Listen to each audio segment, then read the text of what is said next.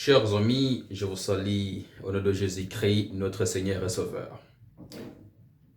Aujourd'hui, nous avons un message qui s'intitule « Qu'est-ce que l'Église ?» Nous voulons comprendre la notion de l'Église. Qu'est-ce que signifie l'Église? Avant de commencer le message d'aujourd'hui, je vous invite pour la prière.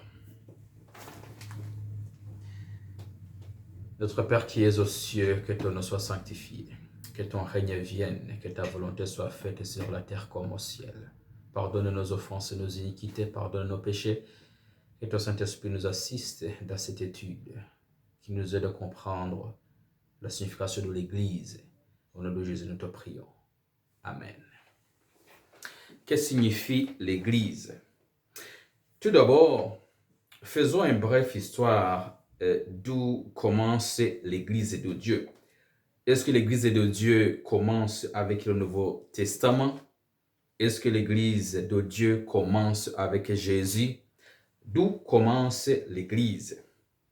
La première chose plutôt que nous devons nous rappeler, c'est que Jésus n'a rien commencé, n'a rien inventé de nouveau dans le Nouveau Testament.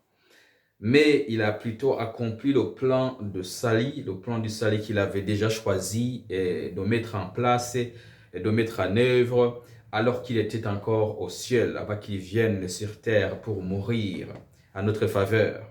Jésus est donc venu accomplir le plan du salut qu'il était déterminé à faire. On peut lire par exemple dans Matthieu chapitre 5, le verset 17, pour voir que Jésus est venu accomplir. À partir du moment où le péché a été introduit dans le monde, Jésus lui-même a commencé à enseigner aux gens la conception de ce plan du salut. Jésus est donc venu pour restaurer l'Église et réaliser le plan du salut pour l'homme. Pour conclure ce plan, il lui reste à éradiquer le péché, ceux qui aiment le péché, et c'est lui avec qui le péché a commencé, Satan. Il faut, chers amis, noter que le fondement du royaume céleste, le fondement du royaume de Dieu, et ceux qui habiteront dans ce royaume doivent devenir des enfants de Dieu. Nous devons être les enfants de Dieu pour hériter le royaume des cieux. Examinons donc de plus près l'Église de manière figurative. Le Très-Haut est un roi avec un royaume céleste. Dieu a un royaume.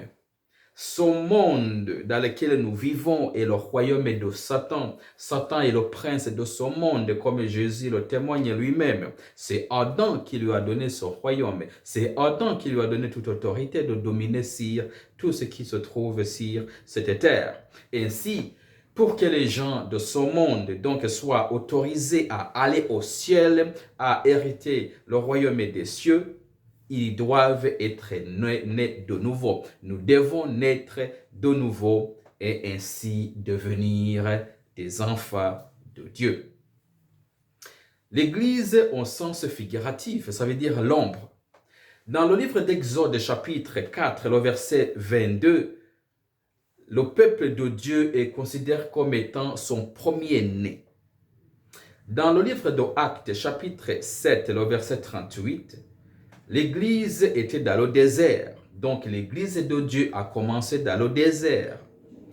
1 Corinthiens chapitre 10, le verset 1 jusqu'au verset 2. Ils ont été baptisés lorsqu'ils ont quitté l'Égypte. Les enfants d'Israël ont passé dans la mer Rouge, symbole du baptême. Donc, pour ceux qui disent que le baptême n'est pas obligatoire, tu n'as pas besoin d'être baptisé pour aller au ciel, les enfants de Dieu, ça veut dire le peuple d'Israël a passé dans la mer Rouge pour être baptisé. C'est dans 1 Corinthiens chapitre 10, verset 1 jusqu'au verset 2. 1 Corinthiens chapitre 10, le verset 3 et 4, le peuple d'Israël a mangé la nourriture et ils ont bu la boisson, les boissons spirituelles qu'il leur a donné, que le Christ leur a donné. C'est le Christ qui nourrissait son peuple dans le désert. Dans Lévitique chapitre 1, verset 1 jusqu'au verset 9, Jésus leur a enseigné qu'à un moment donné, il sera leur sacrifice. Le sauveur du monde, ça veut dire le sauveur de l'homme déchu, vous et moi. C'est dans le désert que Jésus a mis en place son église pour la première fois, composée par des enfants d'Israël, appelé son premier-né. C'est le Christ qui enseigne à son peuple, il fut son guide et son berger. C'est le Christ qui dirige son peuple dans le désert. Une petite remarque, chers amis, seuls les enfants de Dieu ont le droit d'hériter le royaume des cieux. Seuls les enfants de Dieu pourront et hériteront le royaume céleste. Que ce soit ceux qui étaient dans l'église du désert, que ce soit ceux de l'église des derniers jours, notre époque, ça veut dire que ceux de l'église du désert qui étaient considérés comme étant les premiers-nés de Dieu, selon Exode chapitre 4, le verset 22, ceux de l'église du temps de Jésus qui sont appelés enfants de Dieu, selon le livre de Jean chapitre 1, le verset 12, cela ne change pas. Nous devons être des enfants de Dieu pour hériter le royaume du ciel. L'église de Dieu a vu le jour pour la première fois dans le désert, jusqu'à ce qu'elle se divise en deux parties. Selon le livre de 1 roi, le chapitre 12, nous voyons que le peuple d'Israël était divisé. L'église de Dieu était divisée en deux. Vous avez les 10 tribus et les 2 tribus. Et l'Éternel a restauré son église. Selon le livre d'Esdras, chapitre 1, après avoir passé des années en captivité, Dieu a ramené son peuple. Dieu a restauré son église. Lorsque Jésus est venu dans ce monde, également, il a trouvé son église encore une fois scindée en deux parties. Il y avait des pharisiens et il y avait des sadducéens. Car les sadducéens disent qu'il n'y a point de résurrection et qu'il n'existe ni ange ni esprit, tandis que les pharisiens affirment les deux choses. Il y avait, lorsque Jésus est venu dans ce monde, il y avait l'église de Dieu était scindée en deux parties, était divisée en deux. D'un groupe, vous aviez des sadducéens. Si les sadducéens ne croyaient pas à la résurrection, ne croyaient pas aux anges, ne croyaient pas à l'esprit, tandis que les pharisiens, eux, croyaient en ces choses-là. Qu'a fait Jésus alors? Il a de nouveau restauré son église. L'église, comme il avait déjà fait dans le passé, établissant un groupe qu'il a formé lui-même, ça veut dire ses apôtres, pour qu'à leur tour enseignent tous ces groupes, enseignent toutes les nations de la terre. Comme l'histoire se répétait toujours, aujourd'hui, encore une fois, il y a des divisions au sein de l'église de Dieu, deux groupes. Il y a dans l'église, au sein de l'église adventiste, il y a eu des mouvements de la réformation qui a quitté l'église, qui est né au sein de l'église adventiste, et c'est Jésus qui viendra statuer. Souvenez-vous, chers amis, de ce qui s'est passé au cours des années 321 et jusqu'en 538 après Jésus-Christ. L'Église est tombée entre les mains de l'État. L'Église est tombée entre les mains des gouvernements. L'Église a été malmenée pendant 217 ans, rendue en 538 jusqu'en 1798. Vous lisez l'histoire. L'Église a connu une période très sombre, où se fit la période de la grande noirceur. À partir de 1798, la lumière a commencé à briller encore jusqu'en 1863. Jésus vient restaurer, chers amis, son église encore une fois. Voyez la parole de Dieu écrite par Matthieu, chapitre 16, le verset 13 jusqu'au verset 16. Et voyons comment Jésus restaure son église. Donc, après cette brève histoire de voir où est-ce que l'église de Dieu a commencé dans le désert, en faisant le survol de l'histoire de l'église, maintenant nous arrivons à l'Ancien Testament, nous sommes l'église et comment nous devons être en tant qu'église. Lisons dans Matthieu chapitre 16, le verset 13 jusqu'au verset 16. Il est écrit, Jésus étant arrivé dans le territoire de Césarée, de Philippe, demanda à ses disciples, qui dit-on que je suis, moi, le Fils de l'homme? Ils répondirent, les uns disent que tu es Jean-Baptiste, les autres Élie, les autres Jérémie ou l'un des prophètes.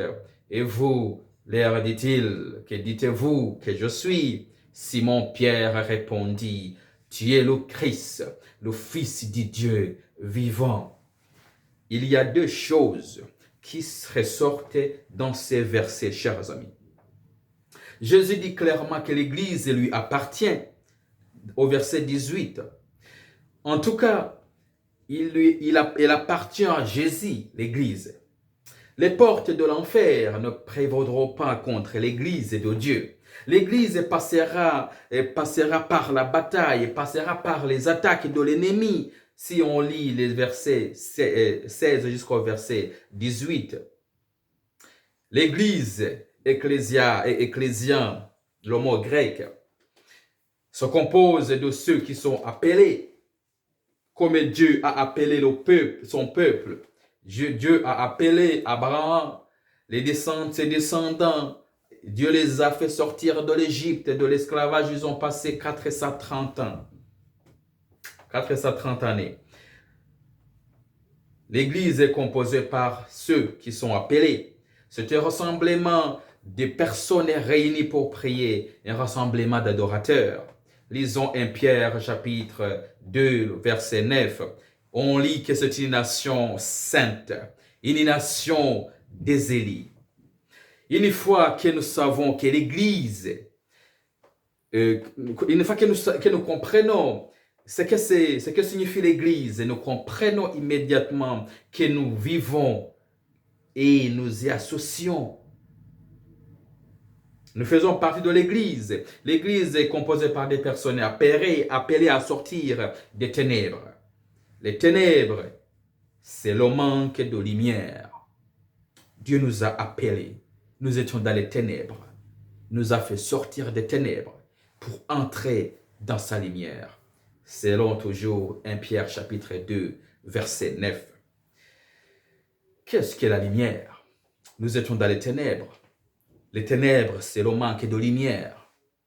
Dans les ténèbres où nous étions, avant que Jésus nous appelle, avant que Dieu nous appelle, avant que Dieu nous cherche, qu'est-ce que signifie alors la lumière dans laquelle nous sommes entrés?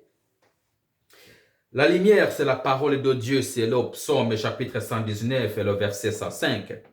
Qu'est-ce que la lumière? Ce sont des commandements de Dieu. Proverbe chapitre 6 et le verset 23.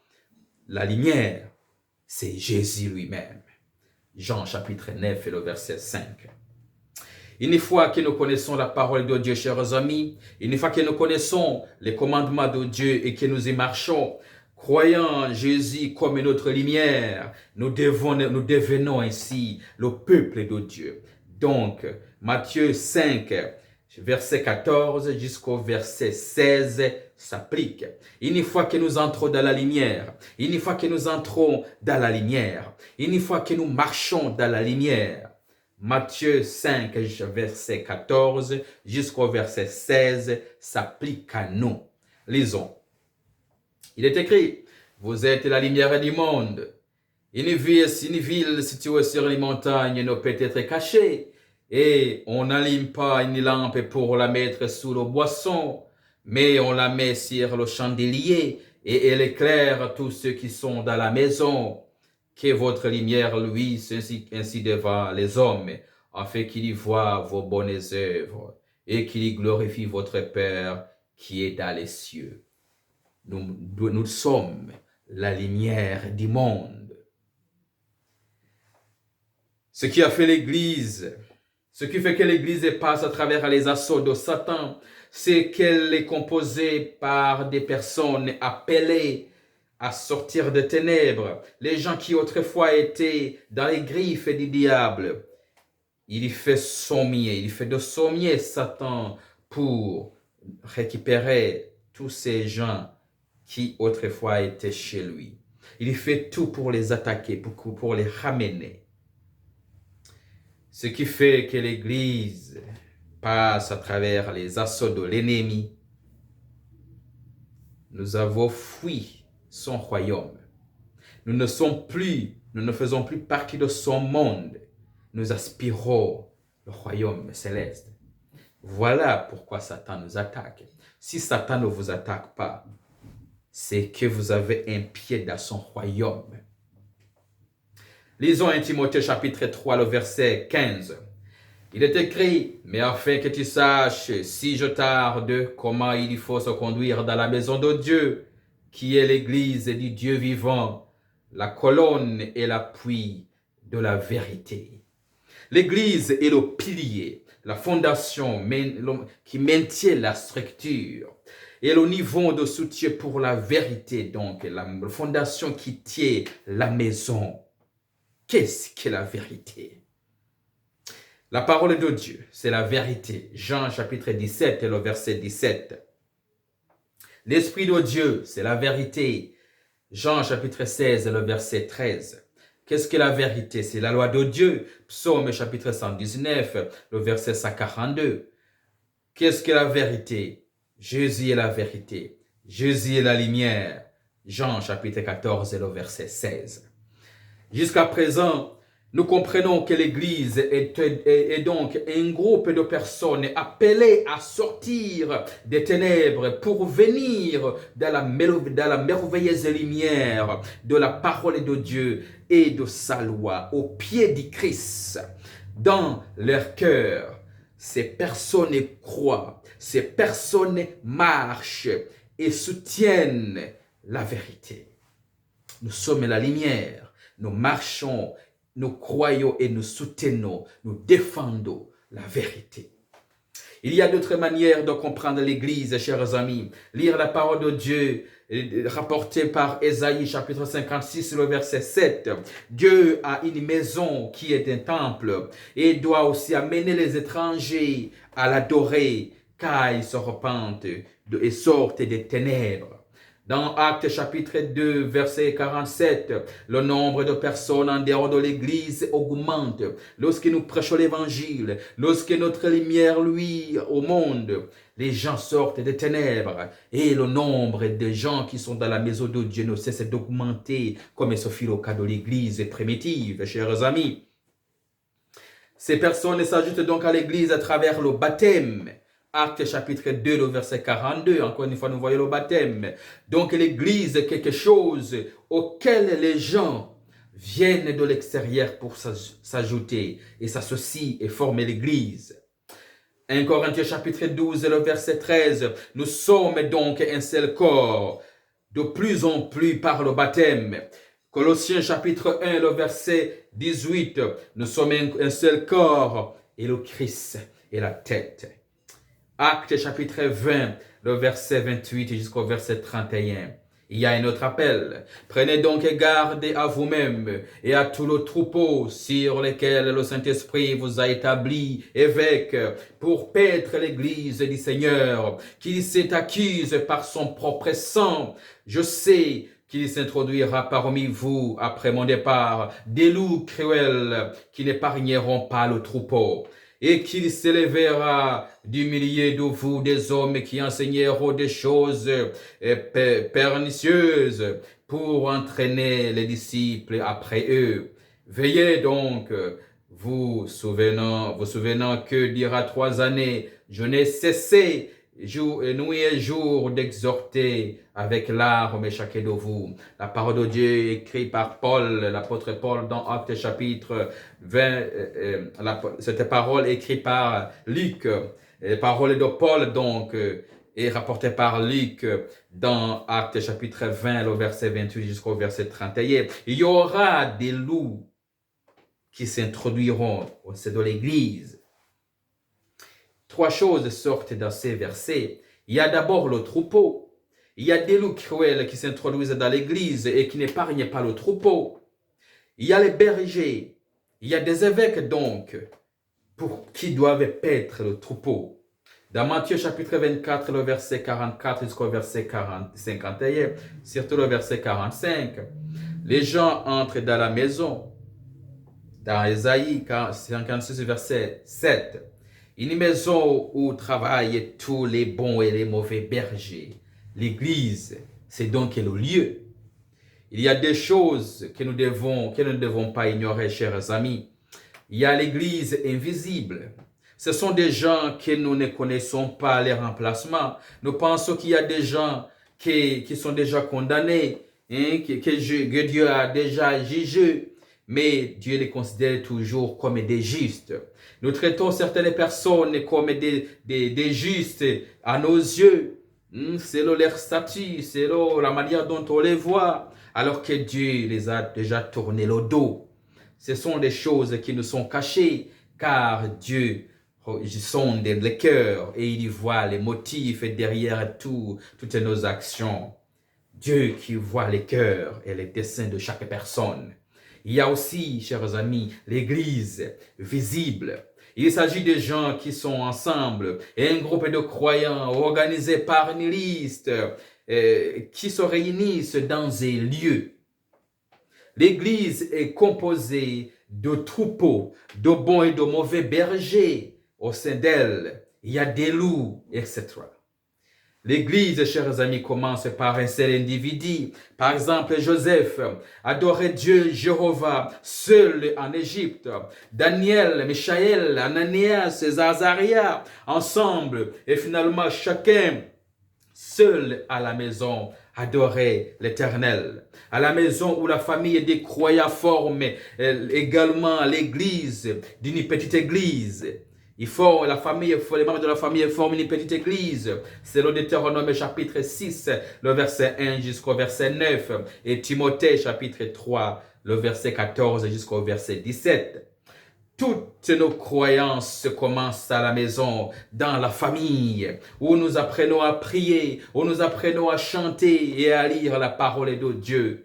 Lorsque les foyers des croyants sont forts, il en va de même pour l'Église. Mais lorsque les familles sont dysfonctionnelles, ne vivent pas dans l'unité, dans l'amour, il n'y a pas de différence pour l'Église. L'Église ne peut pas accroître spirituellement. L'Église ne connaît pas la croissance spirituelle. Deutéronome 6, verset 7 nous dit que nous enseignons la loi de Dieu aux enfants. Les versets suivants nous disent comment le faire en discutant la parole de Dieu le matin, en l'heure des repas et le soir avant d'aller se coucher, en mettant la parole de Dieu par écrit sur le mur, sur les portes de la maison, pour que nos maisons soient remplies de la parole de Dieu, afin que les enfants puissent la voir, l'entendre partout et la voir dans tout ce qu'ils font. Dans 2 Timothée chapitre 3, le verset 14, l'apôtre Paul dit au jeune Timothée, non seulement de se souvenir de ce qu'il lui a appris, mais aussi de celui qui lui a appris. Dès sa jeunesse, Timothée a été enseigné par sa grand-mère et sa propre mère. Ce sont ces deux femmes pieuses qui ont enseigné à Timothée la parole de Dieu dès son enfance. Au verset 15 dans 2 Timothée chapitre 3, verset 15. C'est la parole même de Dieu qui l'a rendu sage pour le salut et l'a préparé à tout ce qu'il y rencontrerait dans sa vie d'adulte. En conclusion, chers amis, soyons fidèles aux enseignements du Christ. Que chacun de nous fixe ses yeux sur la croix. Apprenons au pied de Jésus. Soyons humbles et obéissants à la parole, aux instructions bibliques. Écoutons le Saint-Esprit qui nous enseigne, qui nous parle. L'Esprit le Saint qui nous guide. Écoutez cette voix. Mettons en pratique tout ce que le Saint-Esprit nous enseigne dans sa parole. Souvenez-vous, dans Jean chapitre 15, verset 14, Jésus déclare, « Vous êtes mes amis si vous faites tout ce que je vous commande. » Prions ensemble. Notre Père Céleste, que ton nom soit sanctifié. Merci pour cette parole. Merci de nous rappeler que c'est l'Église. Nous sommes les temples du Saint-Esprit, Père éternel. Enseigne-nous à maintenir ce temple propre et saint. Au nom de Jésus, nous te prions. Amen.